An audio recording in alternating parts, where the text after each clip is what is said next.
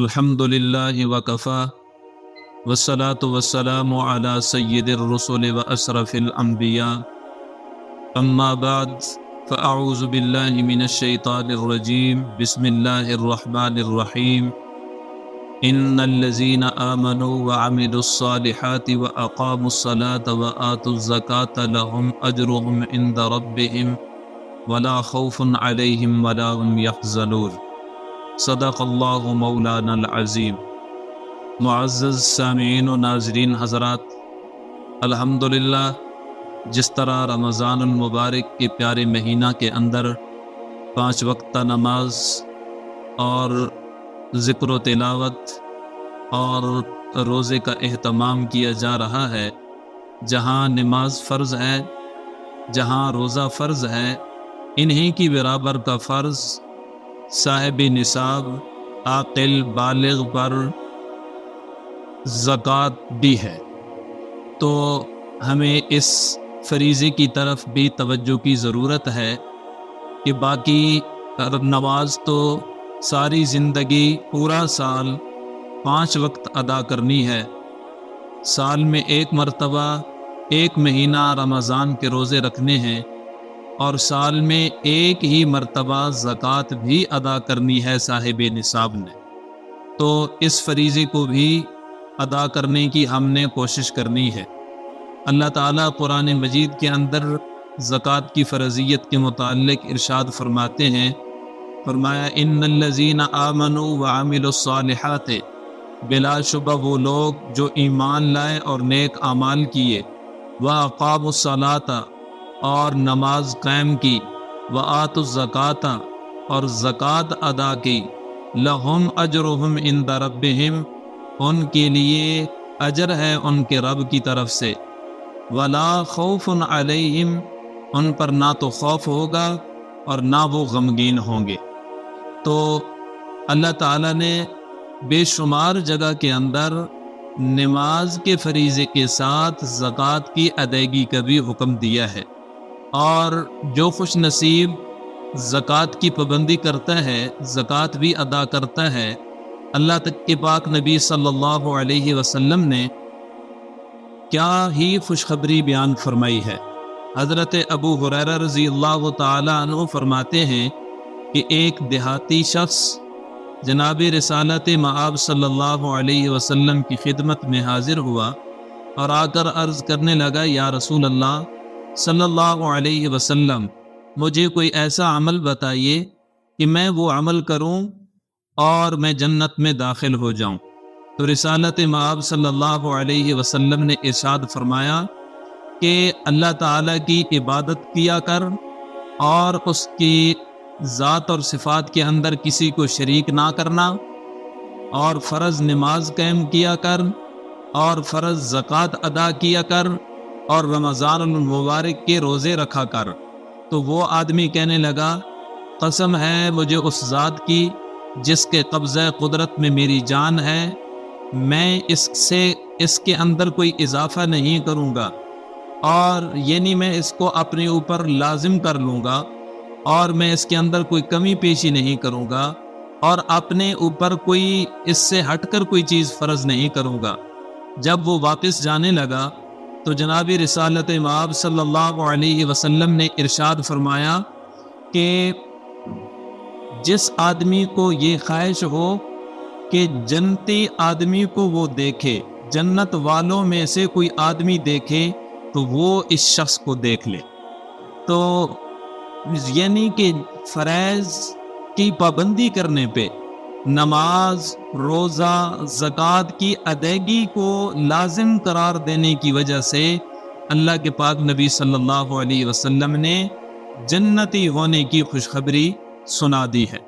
اسی طرح قبیلہ بنو تمیم میں سے ایک شخص جناب رسالت مآب صلی اللہ علیہ وسلم کی خدمت میں حاضر ہوا اور آ کر عرض کرنے لگا، یا رسول اللہ صلی اللہ علیہ وسلم، میں بہت مالدار ہوں اور اہل و عیالدار ہوں، آپ مجھے حکم دیجئے اور ارشاد فرمائیے میں کیا کروں اور اپنے مال کو کیسے خرچ کروں۔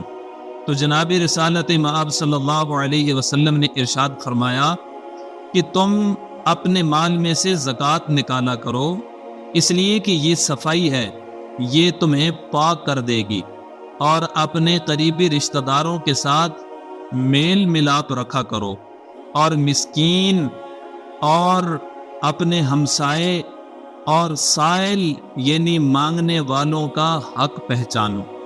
اور اسی طرح جناب رسالت مآب صلی اللہ علیہ وسلم کی حدیث مبارکہ حضرت ابو ہریرہ رضی اللہ تعالی عنہ اور حضرت ابو سعید رضی اللہ تعالی عنہ جناب رسول اللہ صلی اللہ علیہ وسلم کا ارشاد نقل فرماتے ہیں کہ ہمیں جناب رسول اللہ صلی اللہ علیہ وسلم خطبہ ارشاد فرما رہے تھے۔ جناب رسالت مآب صلی اللہ علیہ وسلم نے فرمایا، قسم ہے مجھے اس ذات کی جس کے قبضہ قدرت میں میری جان ہے۔ 3 مرتبہ یہ ارشاد فرمایا۔ اس کے بعد رسالت مآب صلی اللہ علیہ وسلم نے اپنا سر اقدس جھکا لیا اور سوچ میں پڑ گئے۔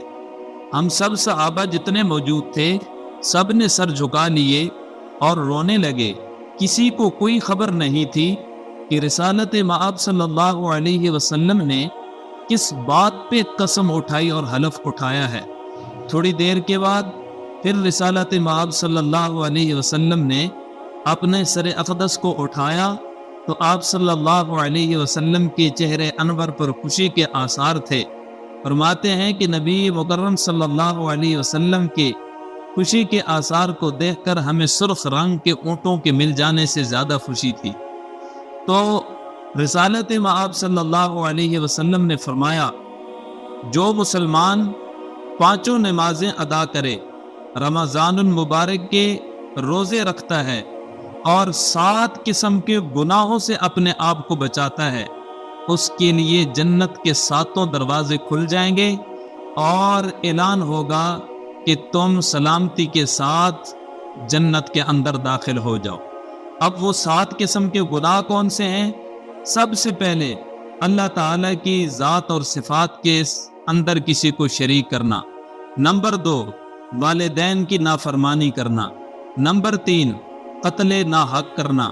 اور نمبر 4، میدان جہاد میں یعنی جنگ کی حالت میں منہ پھیر کر بھاگ جانا۔ اور نمبر 5، کسی پاک دامن عورت پر تہمت لگانا۔ اور نمبر 6، سود کھانا۔ اور نمبر 7، ناحق طور پر یتیم کے مال کو کھانا۔ فرمایا جو آدمی 5 نمازیں ادا کرتا ہے، رمضان المبارک کے روزے رکھتا ہے، زکوٰۃ ادا کرتا ہے اور ان 7 قسم کے گناہوں سے بچتا ہے، اس بندے کے لیے جنت کے سب دروازے کھل جاتے ہیں اور اعلان کیا جاتا ہے کہ سلامتی کے ساتھ تم جنت کے اندر داخل ہو جاؤ۔ اسی طرح جناب رسالت مآب صلی اللہ علیہ وسلم نے ارشاد فرمایا، تم مجھے 6 باتوں کی ضمانت دے دو، میں محمد صلی اللہ علیہ وسلم تمہیں جنت کی ضمانت دیتا ہوں۔ نمبر 1، نماز۔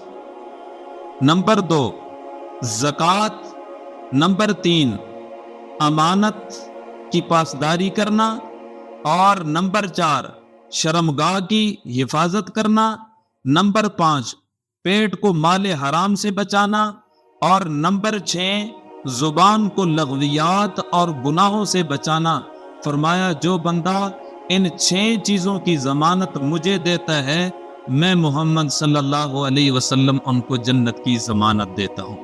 تو جہاں ہم نماز کی پابندی کرتے ہیں، الحمدللہ رمضان المبارک کے روزے رکھ رہے ہیں، وہاں اس زکوٰۃ کے فریضے کی طرف بھی ہم متوجہ ہوں اور اللہ کے دیے ہوئے رزق میں سے اللہ کے نام پہ مستحق لوگوں پہ خرچ کریں اور اللہ کے ہاں جنت کے وارث بن جائیں۔ اور جناب رسالت مآب صلی اللہ علیہ وسلم کی زبان سے جو الفاظ نکل گئے، ارشاد فرما دیے گئے، جنت کی ضمانت میرے نبی نے عطا فرما دی۔ نبی صلی اللہ علیہ وسلم کی زبان مبارک سے جنت کی ضمانت کے حقدار ٹھہر جائیے۔ اللہ تعالی ہم سب کو رمضان المبارک کے روزے رکھنے کے ساتھ 5 وقتہ نماز پڑھنے کے ساتھ زکوٰۃ کو ادا کرنے کی توفیق نصیب فرمائے۔ وما علینا الا البلاغ۔